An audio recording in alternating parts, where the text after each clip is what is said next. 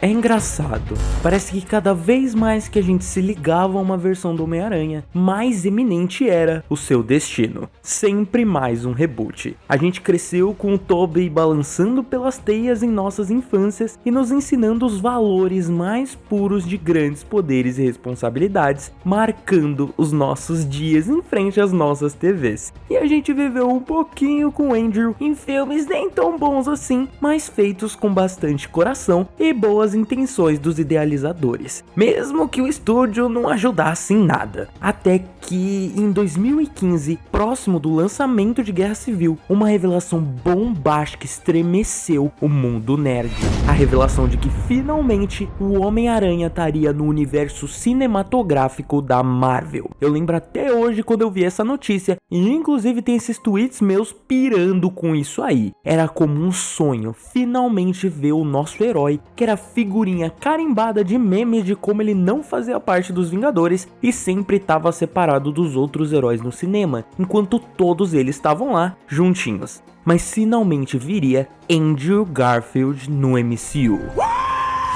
Ou não, tá ok, a gente descobriu depois que era um reboot, e por mais que eu tenha ficado bem triste na época, porque eu realmente amava a versão do Andrew, eu me rendi, e eu esperei o melhor, porque eu sabia que a Marvel não ia decepcionar. Diversas coisas aconteceram na época, como inclusive uma cena pós-créditos falsa do Homem-Aranha em Vingadores Era de Ultron, que eu acreditei na época. O mundo tava indo à loucura com a ideia, até que, em 23 de junho de 2015, o nosso Homem-Aranha foi revelado como o ator britânico Tom Holland. Basicamente uma criança, que no começo foi muito subestimado pelos fãs, mas se já não se provou óbvio, eles sempre queimam a língua no final das contas. Em 10 de março de 2016, eu voltava da escola e chegava em casa eufórico, ligando meu computador na velocidade da luz e assistindo isso.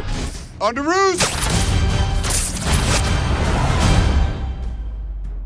Hey everyone. Mano, isso aqui era perfeito, os olhinhos fechando, o traje clássico, a pequena aranha no peito, o jeito dele falar. Cada vez mais e mais teasers apareciam e nos animavam, até que o filme estreou e a gente teve o nosso Homem-Aranha. E pra mim, a adaptação perfeita do garoto do Queens que entende que com grandes poderes vem grandes responsabilidades. O nosso piadista favorito, finalmente em sua forma completa, do lado dos outros heróis. Com todo esse sucesso, um filme foi anunciado, sendo chamado de Homem-Aranha de Volta ao Lar. E bom, aqui as coisas complicam. Pra mostrar como elas complicam, eu fiz duas votações perguntando se vocês curtiam ou não a versão do Tom Holland, uma no meu Twitter e outra no YouTube. No Twitter, o não venceu com 307 pessoas não gostando e 300 gostando. Já no YouTube, o sim venceu com 5.082 pessoas gostando e 1.518 não gostando. O que é um efeito interessante, principalmente pelo no Twitter ter dado mais pessoas dizendo que não, mas também perceber que uma parte muito grande das pessoas desgostam dessa versão, e por muitos motivos até válidos, mas a maioria injustos. Antes de começar a falar, eu só queria falar, por favor, me segue lá no Twitter, @matizila616, e no meu Instagram também, que é @matizila. Ok, vamos lá. A maior das críticas a essa nova versão do herói é em como ele é irresponsável, despreocupado, inconsequente, burro, sem a essência do personagem, e a crítica mais dura feita é de que o herói seria uma espécie de Robin de Ferro, basicamente um sidekick do Homem de Ferro, já que todas as suas tramas aparentemente giram em torno dele tentar impressionar o seu mentor, Tony Stark. Essa relação dos dois parece irritar muitas pessoas, e as justificativas para tudo isso supostamente estaria presente em De Volta ao Lar, o filme que dividiu os fãs na época e até hoje divide, e também é o filme que eu sou apaixonado por diversos motivos. Como diria Jack Stripador, vamos por partes. Algo que eu sempre senti falta nos outros filmes do herói foi explorar um pouquinho mais o sentimento adolescente de ser o Homem-Aranha. Claro, eu não acho que o John Watts explora muito bem como a juventude do século XXI funciona aqui, mas o fato de um Homem-Aranha adolescente existir é muito bem explorado. Essa magia dos primeiros anos do herói, que, apesar de não ter sido explorado no começo dos quadrinhos lá nos anos 60, já que o herói permaneceu muito pouco tempo com histórias no ensino médio, ainda assim, futuras leituras mostrariam essa vida de herói adolescente. E se tem uma coisa que o De Volta ao Lar faz muito bem, é mostrar isso. O começo do filme pra mim é a parte que mais prova esse aspecto, e inicia todo o tema que seria explorado no resto da trama. O filme se passa 2 meses depois dos eventos de Guerra Civil, onde Peter tá finalmente de volta à sua vida normal, depois de ter lutado na Alemanha com os fucking Vingadores. Algo que para um garoto humilde do Queens é simplesmente absurdo. E eu acredito que dentro daquele universo de maravilhas, seja a chance mais pura de conhecer os seus ídolos de perto e de ser como eles. Um grande herói, grandioso, poderoso e cheio da glória. Ok, não é bem o que o Peter esperava. O que sempre tornou o Homem-Aranha identificável era que ele era alguém como nós. E apesar dele ter um traje multibilionário na mochila e ter lutado com os Vingadores há pouquíssimo tempo, ele tá de volta ao chão, de volta à sua realidade. Uma realidade simples, como muitos de nós, andando de metrô de fone de ouvido, com um celular velho e quebrado, almejando a grandiosidade, esperando a sua grande chance de sair do chão e voar às alturas. Então, eu lhes apresento o tema do filme logo nos primeiros 10 minutos. A ansiedade de um adolescente em se tornar alguém antes do tempo. Eu já sei o que você vai dizer. Ah, mas o que isso tem a ver com o Homem-Aranha? Calma lá, jovem Padawan. A gente vai chegar lá. A minha cena favorita do filme acontece aqui. Simplesmente, o Peter andando em direção à escola, de cabeça baixa, escondendo seu rosto e tentando passar o mais despercebido possível pelas pessoas. Andando no meio da multidão de alunos de Midtown, como se ele só fosse mais um deles. Nada especial. Mesmo sendo tudo que ele é, com os poderes, ele tá ali no meio de todo mundo, como eu e você. Como a mãe dele que eu conheci também, como a Vânia, que é sua mulher. Enquanto a música que toca ao fundo literalmente fala sobre ser um perdedor. Apesar de tudo que aconteceu com ele, Peter ainda se sente um perdedor em sua vida pessoal, querendo se tornar alguém maior, mas se sentindo preso dentro da sua vida comum. Preso na escola, preso com colegas que ele não gosta, preso sendo zoado pelo Flash. E para de escrever. Eu sei que você vai dizer que esse Flash é horrível, eu não sei o que, mas ele pra mim é uma das melhores adaptações do Flash no cinema, se não a melhor. Não por ser um brutamonte que bate no Peter, porque isso é uma coisa superficial, mas por ser a mais pura representação da pessoa ridícula que ele sempre foi. Alguém que é considerado melhor que os outros por ser um gostosão, ou nesse caso aqui um riquinho, e que usa desse artifício pra rebaixar e humilhar todos à sua volta para se sentir superior e preencher o próprio vazio.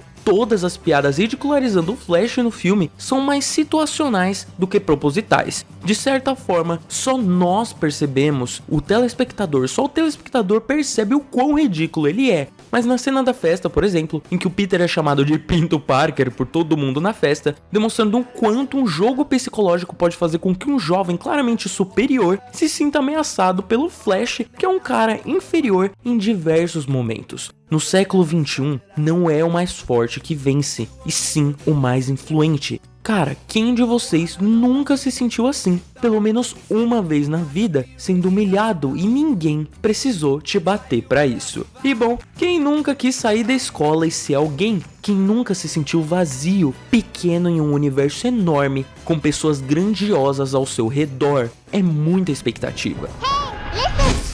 Bom, primeiramente eu queria dizer que é um prazer estar aqui, de verdade. Enfim, é impossível pra mim dar uma opinião sobre esse Aranha sem compará-lo com os outros. Para mim, ele é o mais bobinho de todos. Ele dilui um pouco da essência dos Homem-Aranhas que nós já conhecíamos e aprendemos a admirar, principalmente o do Tobey Maguire. É um aranha mais dependente, mais moleque. Por exemplo, a aranha do Tom, não sou nada sem o traje. A aranha do Tobey salva crianças de um prédio em chamas sem os poderes. Então, ele difere um pouco dos protagonistas anteriores e a verdade é que não há mal nenhum nisso. Até porque isso daqui é outro filme, outro universo e outro Aranha. Os filmes claramente não querem mostrar um protagonista diferente do que foi mostrado.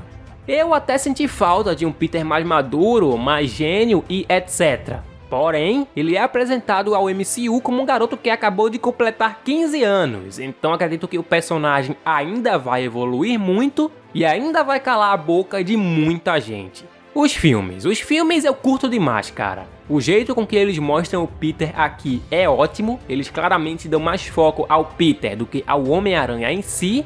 E apesar de ser um moleque, o Peter é corajoso, destemido e correto, por mais que às vezes ele falhe nesse último tópico. Por fim, é isso. Para mim, um ótimo começo de apresentação ao personagem e gravem essas palavras. Esse Aranha ainda vai evoluir pra caramba.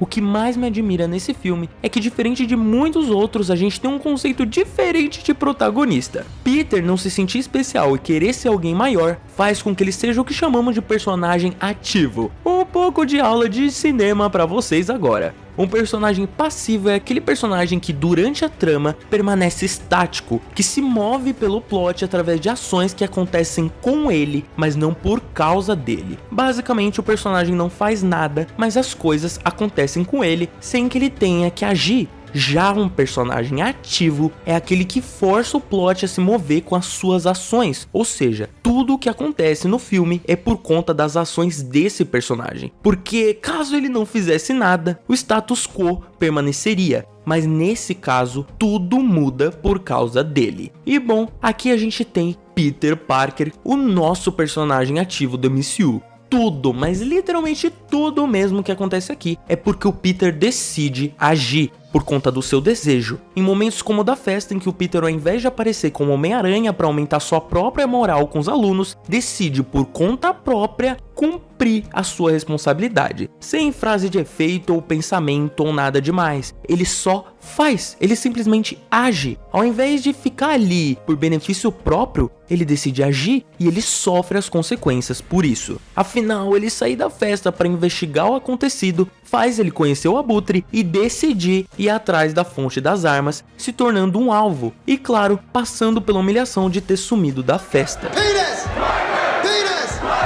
Todo esse dilema entre a vida de Peter Parker e Homem-Aranha acontece aqui. Peter constantemente durante o filme precisa escolher entre seu Homem-Aranha ou seu Peter Parker, como na cena do hotel em Washington, em que o Peter abre mão da chance de estar com a garota que ele gosta novamente para cumprir a sua responsabilidade. São escolhas que ele faz colocando o benefício de outras pessoas acima do dele. Ele não é inconsequente, mas sim alguém disposto a sofrer as consequências, afinal ele sabe que Look, when you can do the things that I can, but you don't. And then the bad things happen. They happen because of you. o filme não precisa citar o Tio Ben diretamente pra gente saber que os ensinamentos estão ali. E eu sei que você vai dizer, ai, mas ele tá fazendo aquilo só pra impressionar o Homem de Ferro, não pelos ensinamentos do Tio Ben e blá blá blá. Isso até pode ser verdade inicialmente, mas com certeza não se mantém durante o filme. Muita gente reclama da cena da balsa e como o Stark resolve tudo, mas olha, tu só pode ter visto o filme com a bunda. Excuse me, I'd like to ask you a few questions. Beleza, tô mais calmo. A cena da balsa é a prova mais pura de que o Peter nesse filme não é um pau mandado do Stark, já que ele decide sozinho, contra as ordens expressas do Stark, continuar tentando impedir o Abutre sozinho. Cara, o Stark literalmente olha pra ele e fala, moleque, não faz isso, e ele vai lá e faz. Ele não pede ajuda e nem vira as costas pra um ladrão que vende armas superpoderosas nas ruas de Nova York, como o Stark ordenou. Um sidekick que obedeceria às ordens do Homem de Ferro. Mas isso só prova a independência do Peter de ele não estar obedecendo ordens que ele sabe que estão erradas. Se ele o obedecesse, ele estaria quebrando o lema de grandes poderes e grandes responsabilidades. Ele entende a magnitude disso e sabe que não pode virar as costas. Não de novo. Por ser inexperiente, vocês já sabem como acaba. Ele perde o traje por consequência dos próprios atos dele. E por mais que pareça bobo, Peter, depois de perder o traje, se sente incapaz de novo, como o mundo todo faz ele se sentir de todos os lados, e ele se sente no chão de novo, mais do que nunca. E eu sinto que é aqui que ele começa a valorizar o quão bom é estar no chão. Nesse momento do filme é um momento mais introspectivo e pé no chão do filme, com cenas mostrando o Peter simplesmente vivendo a sua vida, participando das aulas, construindo a Estrela da Morte com seu melhor amigo, chamando a garota que ele gosta pro baile. Tudo parece estar perfeito e ele tá seguindo as suas responsabilidades até que... Surprise, motherfucker! What the fuck? E mesmo aqui, depois de tantas escolhas que ele precisou fazer, mesmo sem nenhum Tony para impressionar, ele tem a escolha de não fazer nada e deixar o Abutre roubar as armas, mas ir ao baile com a garota que ele gosta e ter uma noite feliz, ou agir. E mesmo com um traje caseiro de pano e atiradores de teia precários, tentar impedir que mais pessoas se machuquem, simplesmente porque é o certo a se fazer. Essas decisões quase resultam na sua morte em uma das melhores cenas do Homem-Aranha debaixo dos escombros, sem traje, sem nada. E ali, ele não é perfeito. Ele clama por ajuda como qualquer garoto de 15 anos faria nessa situação. E por pouco tempo, ele desiste, decidindo deixar que os profissionais façam o trabalho, como o próprio Stark o aconselhou na metade do filme. Mas, de novo, ele não segue o conselho. O Homem-Aranha que não desiste, o Homem-Aranha que mesmo na pior situação, no momento mais improvável, consegue prevalecer, porque ele sabe que a responsabilidade nas suas costas é um fardo que só ele pode levar, e que naquele momento só ele pode impedir o Abutre, que é o que ele faz. Ele sobe num avião a centenas de quilômetros do chão e ele ainda faz de tudo pra salvar a pessoa que passou o filme inteiro tentando matar ele, tentando salvar essa pessoa da morte. Pode espumar o quanto quiser, mano, mas esse é o Homem-Aranha. Tudo que o Peter faz nesse terceiro ato foi sem esperar nenhum retorno, e mesmo que ele receba esse retorno posteriormente, com o Stark finalmente reconhecendo o valor dele, Peter finalmente, depois de um filme inteiro, consegue exatamente o que ele queria desde o início, um passe de entrada direto para os Vingadores. A grandiosidade que ele tanto esperava estava na sua frente, mas ele recusa a chance que ele buscou desde o início, fechando finalmente o seu arco perfeito de personagem e evoluindo, mais uma prova de que ele não é o Robin de Ferro. Peter reconhece, depois de vivenciar tudo isso durante a trama, que caso ele tivesse nos Vingadores, caso ele fosse grandioso como ele almejava ser, o Abutre ainda estaria vendendo armas nas ruas, pessoas continuariam sendo machucadas, morrendo, bicicletas seriam roubadas, bancos seriam assaltados, ninguém apontaria direção para velhinhas. Sem ele, não haveria alguém para ajudar os indefesos. Ele sabe que precisa ajudar pessoas como ele, e ali ele faz a decisão de continuar com o pé no chão, entendendo que a grandiosidade não é definida por glória, mas sim no quanto você está disposto a ajudar até a menor das pessoas.